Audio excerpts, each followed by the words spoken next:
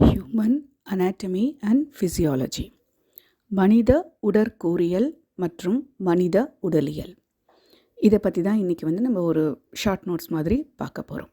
அப்படின்னா என்னென்னா, மனிதனுடைய உடல் கூறியல் அப்படின்னு சொல்லும்போது, அனாட்டமி அப்படின்னு சொன்னால் அதனுடைய வடிவம், உருவம் எப்படி அமைந்திருக்கிறது அப்படிங்கிறத பற்றி தெரிஞ்சிக்கக்கூடிய ஒரு படிப்பு தான் அனாட்டமின்னு சொல்லக்கூடிய அந்த வார்த்தை. ஸோ நம்ம தமிழில் உடற்கூறியல், உடலை நம்ம எந்த வகையில் அமைஞ்சிருக்கு, அதனுடைய வடிவம் எப்படி இருக்குது, உருவம் எப்படி இருக்குது, எந்த தன்மையில் அமைஞ்சிருக்கு அப்படின்னு தெரிஞ்சிக்கக்கூடிய ஒரு படிப்பு தான் உடற்கூறியல். அடுத்ததாக உடலியல், ஃபிசியாலஜி. அதாவது இப்போ ஒரு பொருள் இருந்தால் மட்டும் பத்தாது, அதற்கான செயல்பாடுகள்னு இருக்கு இல்லையா, ஃபங்க்ஷனிங் அப்படின்னு ஒன்று இருக்குது. அது எந்த மாதிரியான வேலைகளை செய்கிறது, அங்கே என்ன மாதிரியான செயல்கள் நடக்குது அப்படின்னு தெரிஞ்சுக்கிறோம் இல்லையா. அதே போல் மனிதனுக்குள்ளே நடக்கக்கூடிய அந்த செயல்பாடுகள் எப்படி நடக்குது அப்படின்னு தெரிஞ்சுக்கக்கூடிய படிப்பு தான் மனித உடலியல், அதாவது ஹியூமன் ஃபிசியாலஜி அப்படின்னு சொல்லக்கூடிய ஒரு விஷயம். நம்ம பொதுவாக பார்க்கும்போது இப்போ மனித உடல் அப்படிங்கிறது உங்களுக்கு சின்னதாக நீங்கள் உள்ளுக்குள்ளே நீங்கள் பிரிச்சுக்கிட்டே போனீங்க அப்படின்னா செல் அப்படிங்கிற ஒரு விஷயத்தில் முடியும். அந்த விஷயம்தான் உங்களுக்கு மனித உடலோட மிக அடிப்படையான அலகு. அதாவது மனித உடலை நுண்ணிய அளவில் நம்ம பிரிக்கும் பொழுது செல் அப்படிங்கிறது தான் அதனுடைய அடிப்படை அலகாக இருக்கும். இதை எப்படி சொல்லலாம் அப்படின்னா, ஒரு பெரிய கட்டடம் இருக்குது, இல்லை இந்த யூனிவர்ஸே இருக்குதுன்னு வச்சுக்கோங்களேன். இந்த பிரபஞ்சத்துக்குள்ளே நீங்கள் ஒன்றா பிரிச்சுட்டு வரும்போது, பிரபஞ்சம் அப்படிங்கிறது என்ன, பல்வேறு நட்சத்திர கூட்டங்கள் அப்படின்னு சொல்லலாமா. இதுக்கும் மேலே பிரிக்கிறதுக்கு நிறைய இருக்குது, பட் நம்ம அங்கேருந்து நிறுத்திக்கலாம். அந்த நட்சத்திர கூட்டங்கள் அப்படின்னு நம்ம பார்க்கும்பொழுது அந்த பல்வேறு கணக்கான அந்த அண்டம் பேரண்டம்னு சொல்லக்கூடியதில் நட்சத்திர கூட்டங்கள் இருக்குது. அந்த நட்சத்திர கூட்டங்களில் ஒன்று சூரிய குடும்பம். அந்த சூரிய குடும்பத்தில் நம்ம பூமியில் இருக்கோம். பூமியில் பாரதம் அப்படிங்கிற ஒரு இடத்துல இருக்கும். அந்த பாரதத்தில் நீங்கள் பார்க்கும் பொழுது பல்வேறு மாநிலங்கள் அமைஞ்சிருக்கு. அதில் பல்வேறு ஊர் இருக்குது.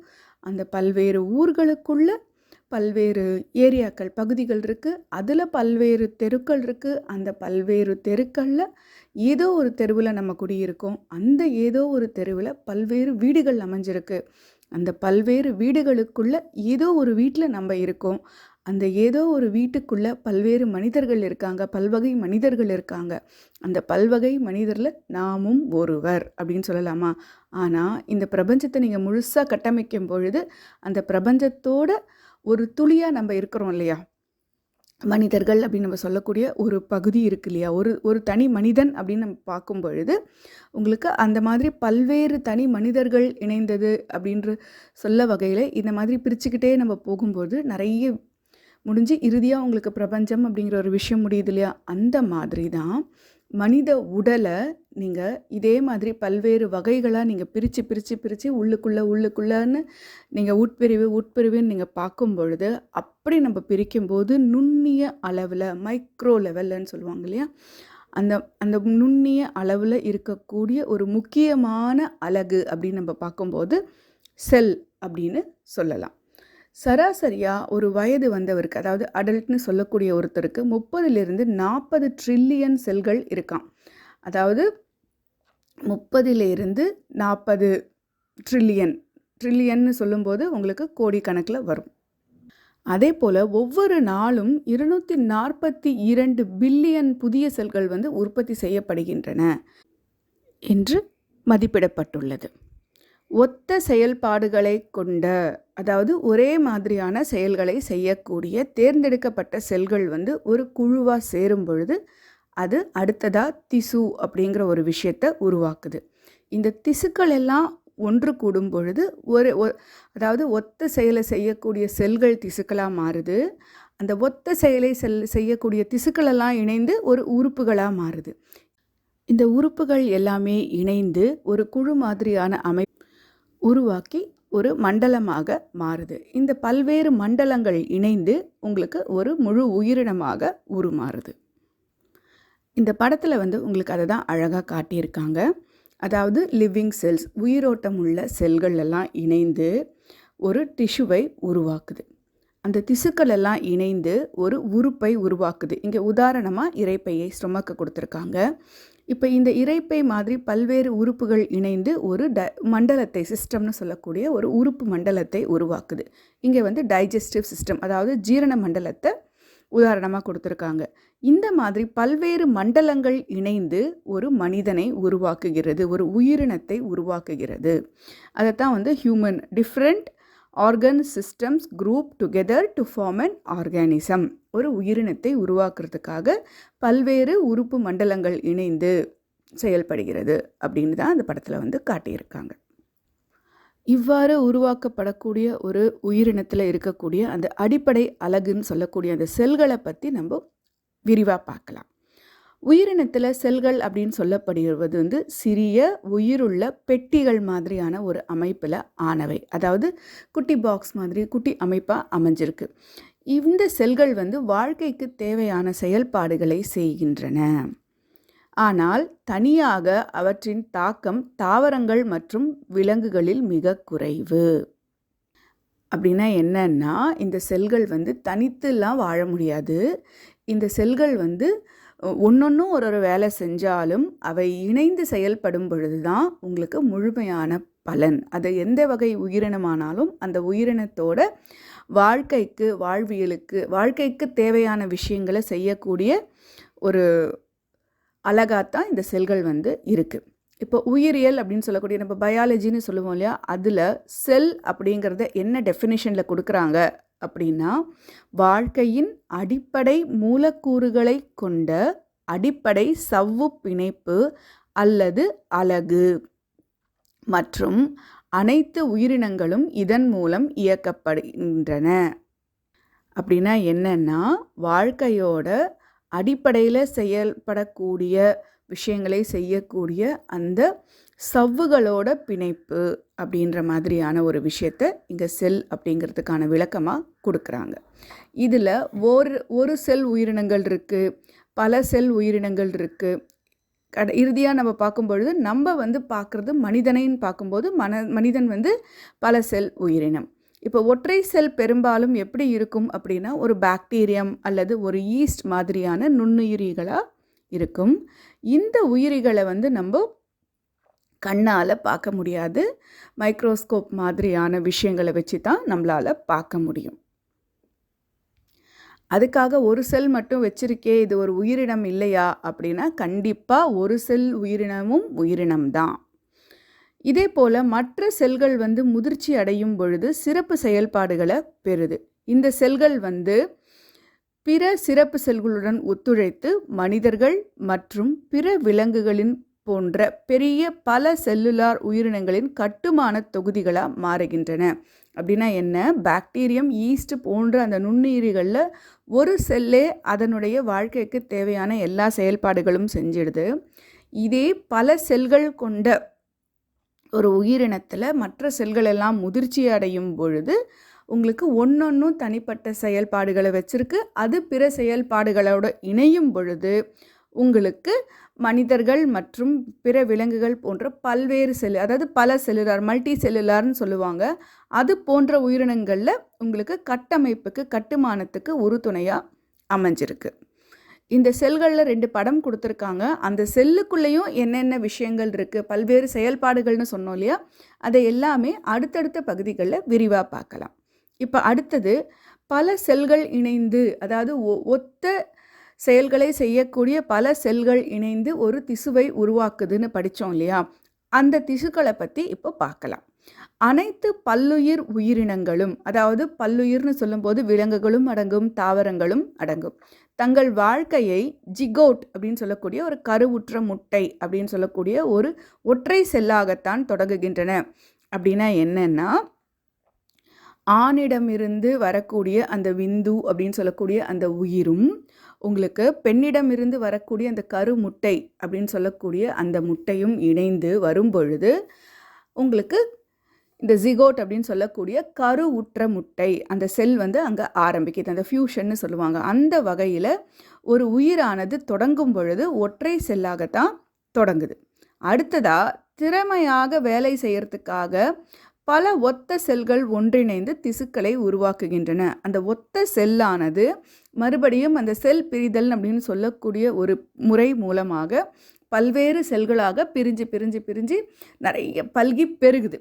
அப்படி பெருகும்போது அதன் செயல்பாடுகளுக்கு ஏற்ப உங்களுக்கு ஒத்த செல்கள் அப்படின்னா ஒரே மாதிரியான வேலையை செய்யக்கூடிய செல்கள் எல்லாம் இணைந்து ஒரு திசுவை வந்து உருவாக்குது. அந்த திசுக்கள் அப்படிங்கிறது வாழ்க்கையோட செயல்முறைகளுக்கு முக்கியமாக குறிப்பிட்ட செயல்பாடுகளை செய்யக்கூடிய சிறப்பு செல் குழுக்கள் ஆகும். அப்படின்னா என்ன? இப்போ உதாரணமாக வந்து நம்மளுடைய எலும்பு மண்டலம் இருக்குது. நம்ம நிற்கிறதுக்கு நம்மளுக்கு ஒரு வடிவத்தை கொடுக்கக்கூடிய இந்த எலும்பு மண்டலம் தானே. அப்படி நீங்கள் பார்த்தீங்கன்னா அந்த எலும்புகளுக்குள்ளே இருக்கக்கூடிய அந்த செல்கள் வந்து ஒரே மாதிரியான அமைப்பாக இருக்கும். அந்த குழுக்களாக இணையக்கூடிய அந்த செல்கள் வந்து ஒரு திசு. ஸோ அப்போ போன் திசு, எலும்பு திசு அப்படின்னு நம்ம சொல்லலாம்.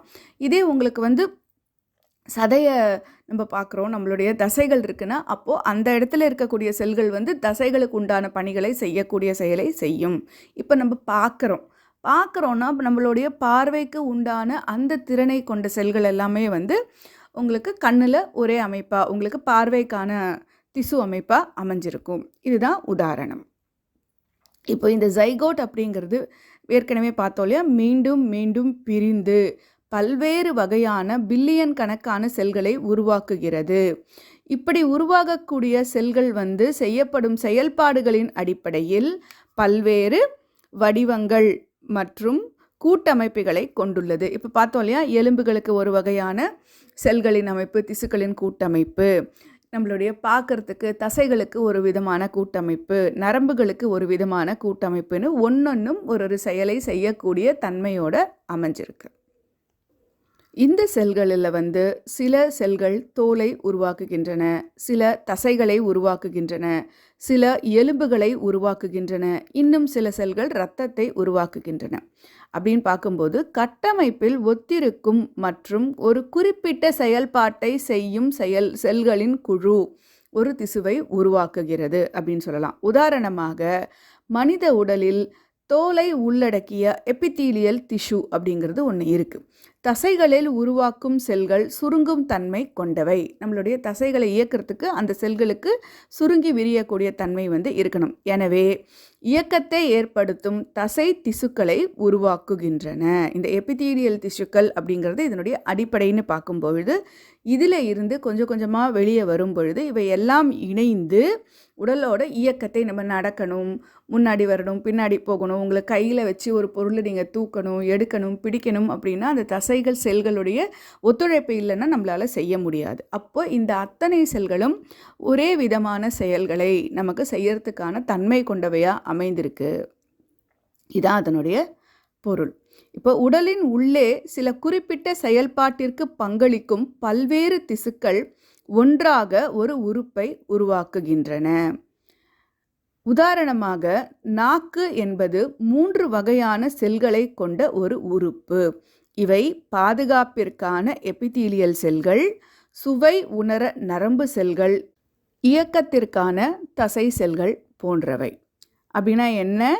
உங்களுக்கு ஒரு குறிப்பிட்ட செயலை செய்யக்கூடிய விஷயங்களை வந்து உறுப்புகள்னு சொல்கிறோம் இல்லையா. அப்போது அந்த உறுப்புகளில் வந்து உங்களுக்கு பார்க்கும் பொழுது பல்வேறு செயலை கொண்ட திசுக்கள் எல்லாம் இணைந்து ஒரு உறுப்பை கொடுக்குது. அப்படின்னா என்ன? இப்போ நாக்கு அப்படின்னு சொல்லும்போது அதுக்கு ஒரு உருவம் வேணும், வடிவம் வேணும். அப்போது தசைகள் தான் உங்களுக்கு வந்து உள்ளே வந்து இணைஞ்சு ஒரு உருவத்தை, வடிவத்தை கொடுக்குதுன்னு வச்சுக்கலாம். அடுத்ததாக உங்களுக்கு வந்துட்டு நாக்கோட செயல் என்ன? சுவை உணருதல். அப்படின்னா அந்த சுவையை உணரக்கூடிய செல்களாக அங்கே இருக்கக்கூடியது நரம்பு செல்கள். அடுத்ததாக உங்களுக்கு இயக்கம், அந்த நாக்கு வந்து மேலே கீழே சுழட்டுறோம் பண்ணுறோம் இல்லையா, அந்த இயக்கத்தை கொடுக்கக்கூடியது தசை செல்கள். இந்த மாதிரி பல்வேறு வகையான செல்கள் இணைந்து உங்களுக்கு நாக்கு அப்படிங்கிற ஒரு உறுப்பை வந்து உருவாக்குது. இப்போது ஒரு குறிப்பிட்ட வாழ்க்கை செயல்முறையை செய்யறதுக்காக பல உறுப்புகள் ஒன்றிணைந்து ஒரு உறுப்பு அமைப்பை உருவாக்குகின்றன அப்படின்னு சொல்கிறாங்க. உதாரணமாக செரிமான அமைப்பு, நாக்கு, உணவு குழாய், வயிறு, கல்லீரல், குடல் போன்ற உறுப்புகளை கொண்டுள்ளது. அப்படின்னா என்னென்னா, இப்போ நம்மளுடைய ஜீரணம் இருக்குது. நம்ம சாப்பிடக்கூடிய சாப்பாடை நம்ம உள்ளே கொடுக்குறோம். எங்கே கொடுக்குறோம்? வாய் வழியாக கொடுக்குறோம். அந்த உணவு வந்து பல்வேறு உறுப்புகளை கடந்து உங்களுக்கு பல்வேறு செயல்நிலைகளை கடந்து உங்கள் உடம்புக்குள்ளே சக்தியாக மாறி வரும்போது தான் உங்களால் அந்த எனர்ஜியை உணர முடியும். நீங்கள் அதை சரிவர உங்கள் உடலானது பயன்படுத்திக்க முடியும். உங்கள் உடம்பில் இருக்கிற சக்தியின் மூலமாக நீங்கள் உங்களுக்கு தேவையான செயல்களை பண்ணிக்க முடியும்.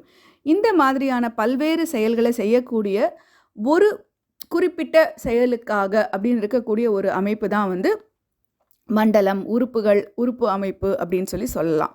இப்போது இந்த இடத்துல ஜீரண மண்டலம், அதாவது நம்ம உடலுக்கு சக்தி தேவை அப்படின்றோம். எப்படி சக்தி கிடைக்கும்? நம்ம உண்ணும் உணவின் மூலமாக. இப்போ நமக்கு பசிங்கிற ஒரு உணர்வு வந்தால் நம்ம சாப்பிட்றோம்.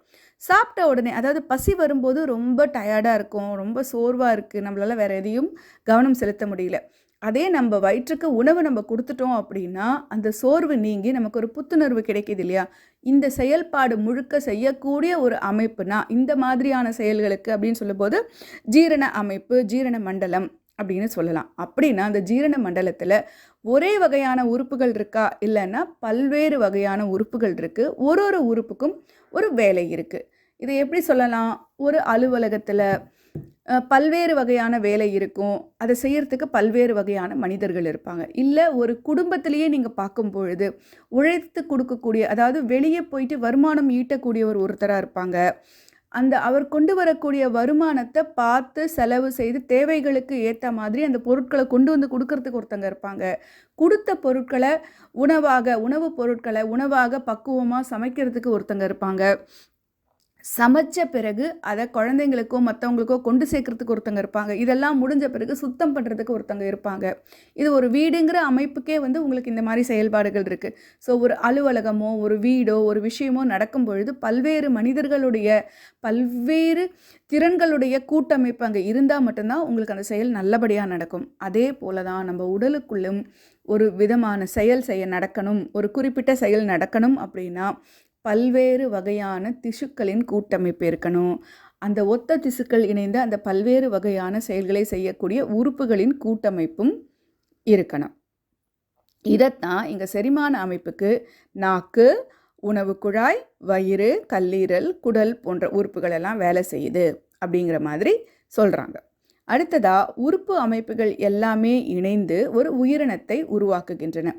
அப்படின்னா உதாரணமாக என்ன சொல்லலாம்? ஒரு மனிதனுடைய உடலில் அப்படின்னு நீங்கள் பார்க்கும்போது செரிமான அமைப்பு, சுற்றோட்ட அமைப்பு, எலும்பு கூடு அமைப்பு, இந்த மாதிரி பல்வேறு வகையான அமைப்புகள் இணைந்து தான் ஒரு மனிதனை உருவாக்குகின்றது.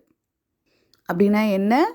பல்வேறு வகையான செல்களின் கூட்டமைப்பு, செல்கள் இணைந்து உருவாக்கக்கூடிய திசுக்களின் கூட்டமைப்பு, பல்வேறு வகை திசுக்கள் ஒத்த செயலை செய்யக்கூடியவை ஒரு குழுவாக அமைந்து உங்களுக்கு ஒரு உறுப்பாக உருவாகுது. அந்த உறுப்புகள் பல்வேறு செயல்களை செய்யக்கூடிய, ஒத்த செயல்களை செய்யக்கூடிய அந்த உறுப்புகள் எல்லாம் இணைந்து உங்களுக்கு ஒரு அமைப்பாக உருவாகுது. இது போன்ற பல்வேறு உறுப்புகளின் அமைப்புகள், மண்டலங்கள் அவை இணைந்து உங்களுக்கு ஒரு முழு மனிதனை, இயக்கம் கொண்ட ஒரு முழு மனிதனை உருவாக்குகின்றன. அடுத்ததா இந்த மனித உடலில் இந்த இயக்கங்களை உருவாக்கக்கூடிய இந்த பல்வேறு வகையான அமைப்புகளை கொஞ்சம் கொஞ்சமாக பார்க்கலாம். அவற்றில் முக்கியமானவை அப்படின்னு பார்க்கும் பொழுது சுற்றோட்ட அமைப்பு, செரிமான அமைப்பு, இனப்பெருக்க அமைப்பு, சுவாச அமைப்பு, நரம்பு மண்டலம், இதெல்லாம் சில பெயர்கள், முக்கியமான பெயர்கள், உதாரணங்கள். இவை ஒன்னொன்னும் என்னென்ன செய்யுது அப்படிங்கிறத விரிவாக பார்க்கலாம். முதலாவதா எலும்புக்கூடு. எலும்புகளின் தொகுப்பு தான் இந்த எலும்புக்கூடு. இது எந்தெந்த இடத்துல நமக்கு உதவியாக இருக்குது அப்படின்னு நம்ம பார்க்கும் பொழுது மனித உடல் நடைப்பயிற்சி, ஓடுதல் முதல் ஊர்ந்து செல்வது, குதிப்பது, ஏறுவது வரை பல்வேறு அசைவுகளை வெளிப்படுத்துது நம்ம உடலானது. இந்த அனைத்து செயல்களையும் செய்ய நமக்கு உதவக்கூடிய ஒரு கட்டமைப்பு தான் எலும்புக்கூடு, போன் ஸ்ட்ரக்சர் அப்படின்னு சொல்லுவாங்க. மனிதர்களுக்கு பிறக்கும் பொழுது 300 எலும்புகள் வரை இருக்குமா. இருப்பினும் எலும்புகள் வயதிற்கு ஏற்ப உருகவும் தொடங்குகிறது.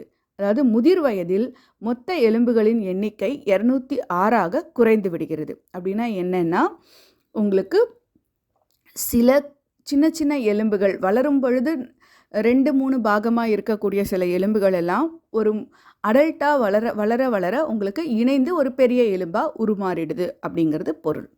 இந்த எலும்புக்கூடானது இதயம், நுரையீரல் மற்றும் கல்லீரல் போன்ற பல முக்கிய உறுப்புகளையும் பாதுகாக்கக்கூடிய வேலைகளை செய்கிறது.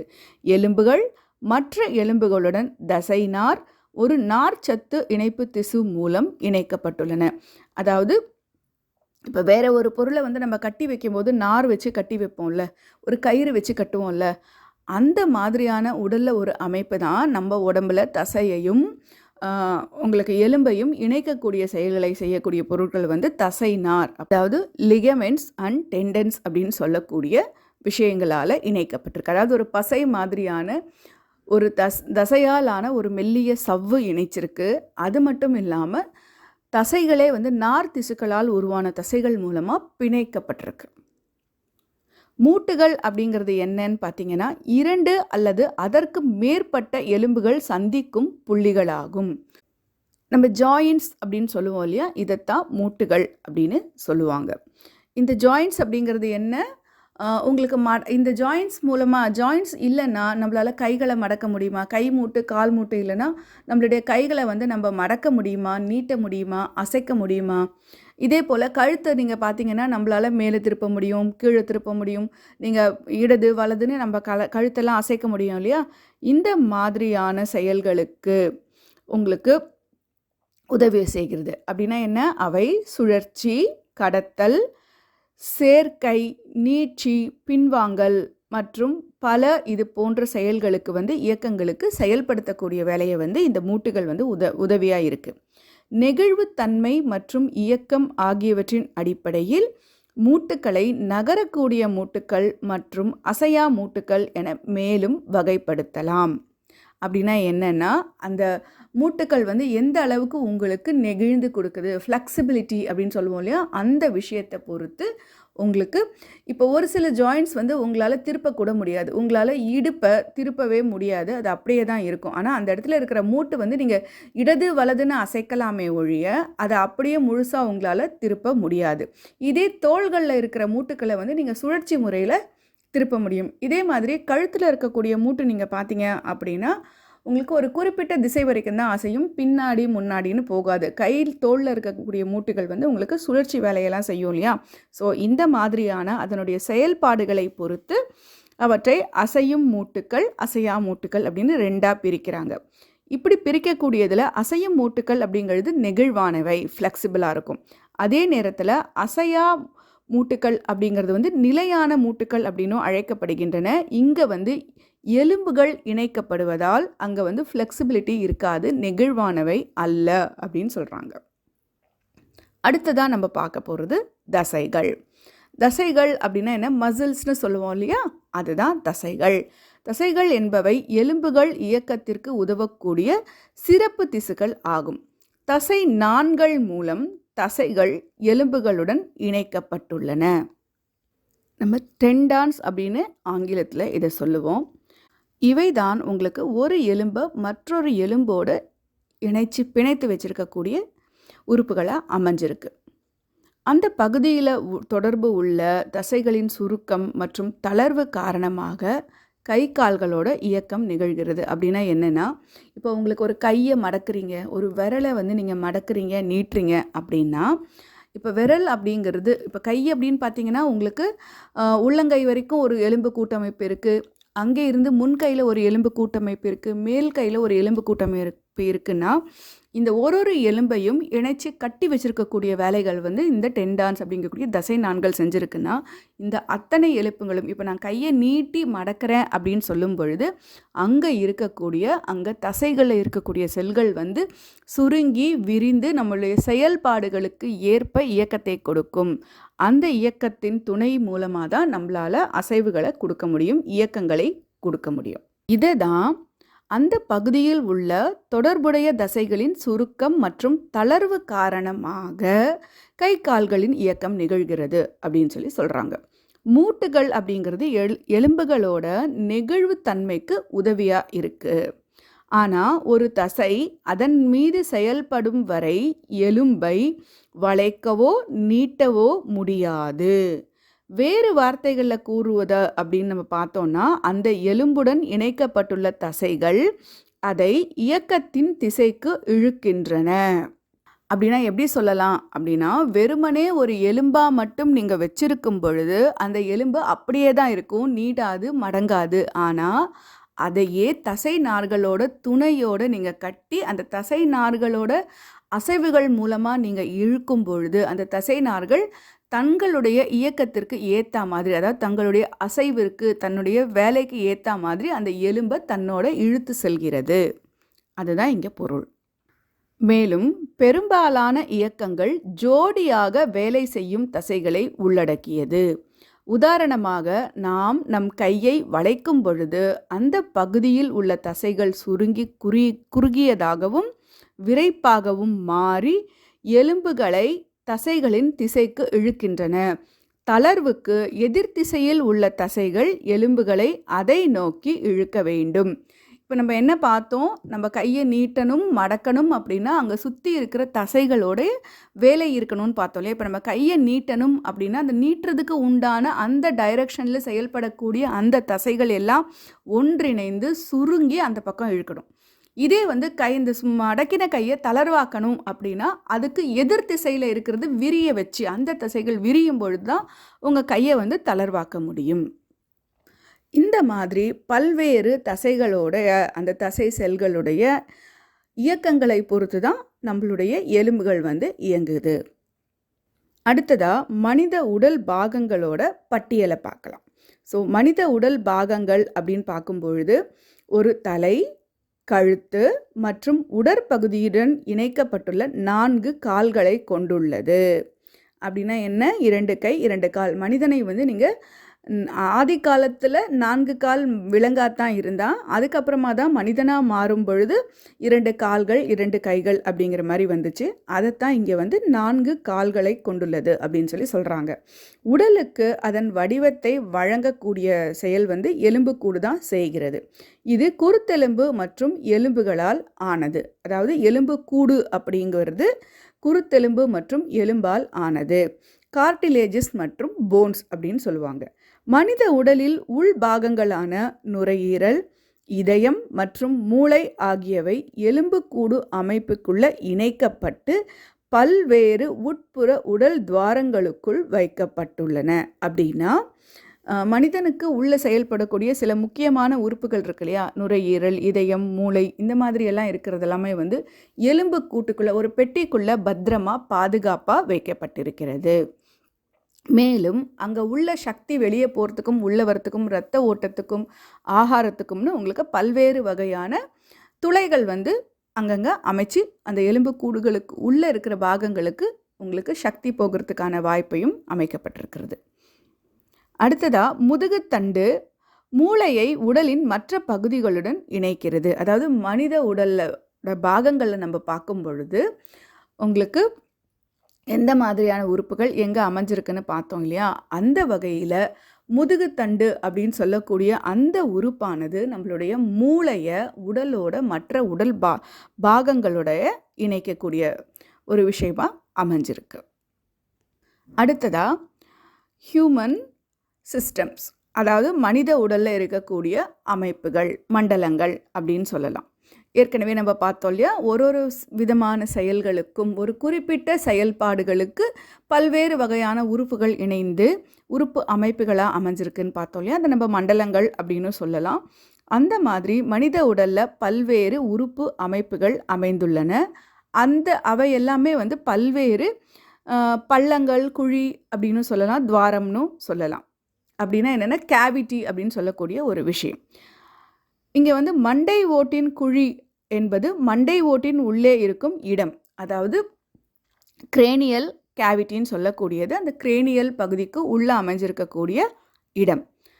இது மூளை மற்றும் மத்திய நரம்பு மண்டலத்தின் பிற பகுதிகளை பாதுகாக்கிறது. அப்படின்னா என்னென்னா நம்மளுடைய தலைப்பகுதியில் இருக்கக்கூடிய நம்ம தலையை, மூளையை பாதுகாக்கக்கூடிய வேலையை வந்து மண்டை ஓடு அப்படிங்கக்கூடிய ஒரு வகையான எலும்பு வந்து செய்யுது. அப்படின்னு பார்க்கும்பொழுது அதுக்கு கிரேனியல் அப்படின்னு சொல்லுவாங்க. அந்த மண்டை ஓட்டுக்கு உள்ள ஒரு ஹாலோ பகுதி மாதிரி அதனால் அந்த பகுதியில் தான் வந்து மூளை அமைந்திருக்கிறது. அந்த மூளையை சார்ந்து நம்மளுடைய உடலுக்கும் மற்ற பகுதிகளுக்குமான கனெக்ஷன்ஸ் இருக்கு இல்லையா, அந்த இடத்துல இருக்கக்கூடியது வந்து மத்திய நரம்பு மண்டலம் அப்படின்னு சொல்லுவாங்க. ஸோ மூளை மற்றும் மத்திய நரம்பு மண்டலத்தோட பிற பகுதிகளை அந்த கிரேனியல் கேவிட்டி அப்படின்னு சொல்லக்கூடிய மண்டை ஓட்டோட குழி அப்படிங்கிற இடத்துல வந்து பாதுகாக்கப்பட்டிருக்கிறது. அடுத்ததாக உங்களுக்கு நுரையீரல் அப்படிங்கிற உறுப்பு வந்து உங்களுக்கு ஃப்ளூரல் கேவிட்டி, ஃப்ளூரல் குழி அப்படிங்கிற இடத்துல பாதுகாக்கப்பட்டிருக்கு.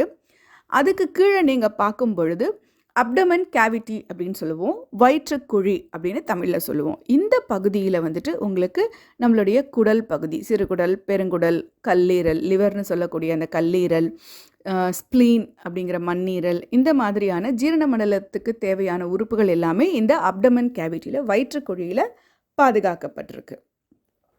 இந்த உடல் கூறியல் அப்படிங்கிற விஷயத்த மனிதர்கள் மற்றும் மற்ற விலங்குகளிடமிருந்து தனித்தனியாக வந்து பரிணமித்துள்ளனர். அப்படின்னா என்னென்னா, இதையும் அதையும் வேறுபடுத்தி இருக்காங்க அதனுடைய செயல்பாடுகளின் காரணமாக.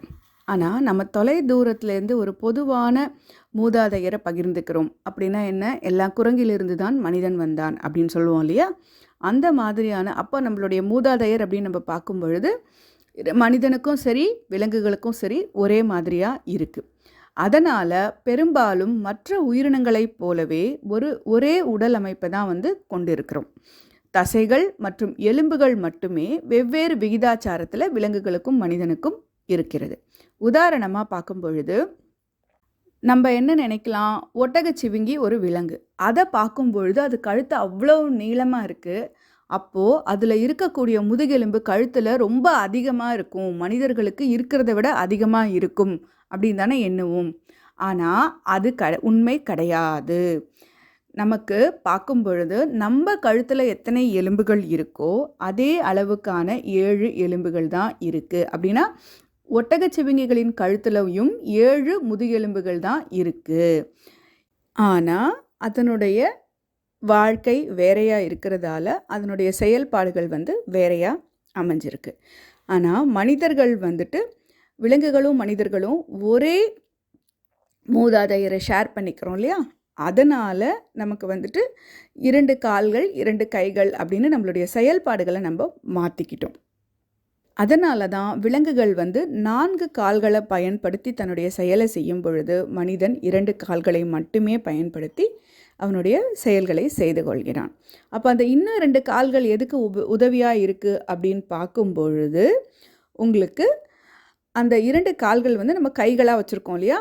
அது எந்தெந்த செயல்களுக்குன்னு பார்க்கும் பொழுது எழுதுதல், ஒரு பொருளை பிடிக்கிறது, தண்ணீர் பாட்டிலை திறக்கிறது, கதவு கைப்பிடி திறக்கிறது, இந்த மாதிரியான பல்வேறு செயல்களுக்கு, நம்மளுடைய வாழ்க்கைக்கு தேவையான மாதிரியான செயல்களுக்கு இந்த கைகளாக வந்து இந்த கைகளோட திறமை வந்து நமக்கு தேவைப்படுகிறது. அந்த பணிகளுக்கு கைகளை நம்ம பயன்படுத்திக்கிறோம். இந்த மாதிரியான மனிதனுடைய அந்த உடற்கூறியல் எப்படி இருக்குது, இல்லை ஒரு விலங்குக்கு உடற்கூறியல் எப்படி இருக்குது அப்படின்னு நம்ம தெரிஞ்சுக்கிறோம் அப்படின்னு பார்க்கும் பொழுது பெரும்பகுதி வந்து நம்ம சடலங்களை, பிணங்களை வந்து அறுத்து பார்ப்பதன் மூலமாக தான் பெறப்பட்டதாக இருக்குது. அட்டாப்சி அப்படின்னு சொல்லி ஒரு வார்த்தை சொல்லுவாங்க. அதாவது ஆய்வு பண்ணுவாங்க. அந்த இறந்த உருவங்களை, விலங்குகளையோ மனிதனையோ அறுத்து அதுக்குள்ளே என்னென்ன இருக்குது அப்படிங்கிறத பார்த்து தெரிஞ்சு பழகிக்கிட்டு அதுக்குள்ளே என்ன இருக்குது அப்படிங்கிறத புரிஞ்சுக்கிட்ட ஒரு அறிவாக தான் இங்கே வந்திருக்கு. அது மட்டும் இல்லை, நீண்ட காலமாக மனித உடலை பற்றிய உடற்கூறியல் அறிவை பெறுவதற்கான ஒரே வழியாகவும் இதுதான் அமைஞ்சிருக்கு. இது மிகவும் கோரமான விவகாரமாக இருந்தாலும் பல நூற்றாண்டுகளாக மருத்துவத்தோட லிட்ரேச்சரில், அதாவது இலக்கியத்தில், மருத்துவத்தோட வரலாற்றில் வந்து ஒரு பெரும் பகுதியை இந்த ஆய்வுகள் வந்து உங்களுக்கு உருவாக்கி இருக்கிறது. இப்போல்லாம் நம்ம பார்க்கும் பொழுது மனித உடற்கூறியலோட விஷயங்களை தொழில்நுட்பத்தின் வளர்ச்சி காரணமாக, கண்டுபிடிப்புகள் காரணமாக மேலோட்டமாக மட்டும் இல்லை, ஆழமாகவும் நுண்ணிய மட்டத்திலும் நம்ம ஆராய்ச்சி செய்யறதுக்கான சாத்தியத்தை உருவாக்கியிருக்கு. இன்று வரை விஞ்ஞானிகள் முன்னர் கவனிக்கப்படாத அல்லது ஏற்கனவே பிற திசுக்களாக தவறாக அடையாளம் காணப்பட்ட உறுப்புகளை புதிதாக கண்டுபிடித்து வருகின்றனர். அப்படி பார்க்கக்கூடிய ஒரு உறுப்பில் 2018ஆம் ஆண்டில் தோலுக்கு கீழே இருக்கக்கூடிய இன்டெஸ்டியம் எனப்படும் புதிய உடல் அளவிலான உறுப்பை வந்து விஞ்ஞானிகள் கண்டுபிடிச்சிருக்காங்க. இந்த உறுப்போட செயல் என்னென்னா, உங்களுக்கு வெப்பத்தையும் திரவ மேலாண்மை, நீர்மங்களையும் கடத்தக்கூடிய ஒரு செயலும் சேகரிக்கக்கூடிய ஒரு செயலும் செய்யக்கூடியதா இந்த இன்டெஸ்டியம் அப்படிங்கிற உறுப்பு இருக்குது. இதை வந்து ஒரு புது இந்த இன்டெஸ்டியம் அப்படிங்கிறத ஒரு புது உறுப்பாகவே அறிவித்திருக்காங்க. இதுவரைக்கும் மனித உடற்கூறியல் அனாட்டமி அப்படிங்கிற விஷயத்த பார்த்தோம். அதாவது உருவம் வந்து எப்படி கிடைக்குது, எப்படி அமைஞ்சிருக்கு, என்ன மாதிரியான மனித உடலில் செல் அப்படிங்கிறது அடிப்படை அழகாக இருக்குது. செல் எல்லாம் இணைஞ்சு திசுக்களாக மாறுது, திசுக்கள் இணைந்து உறுப்பாக மாறுது, உறுப்புகள் எல்லாம் இணைந்து உங்களுக்கு ஒரு உறுப்பு அமைப்பாக உறுப்பு மண்டலமாக மாறுது. பல்வேறு உறுப்பு மண்டலங்கள் இணைந்து உங்களுக்கு ஒரு மனித உருவம் அல்லது ஒரு உயிரினம் உருவாகுது அப்படின்னு பார்த்தோம். அடுத்ததாக இந்த உருவான அந்த உயிரினத்தோட செயல்பாடுகள் எப்படி இருக்குது அப்படிங்கிறத பார்க்கலாம்.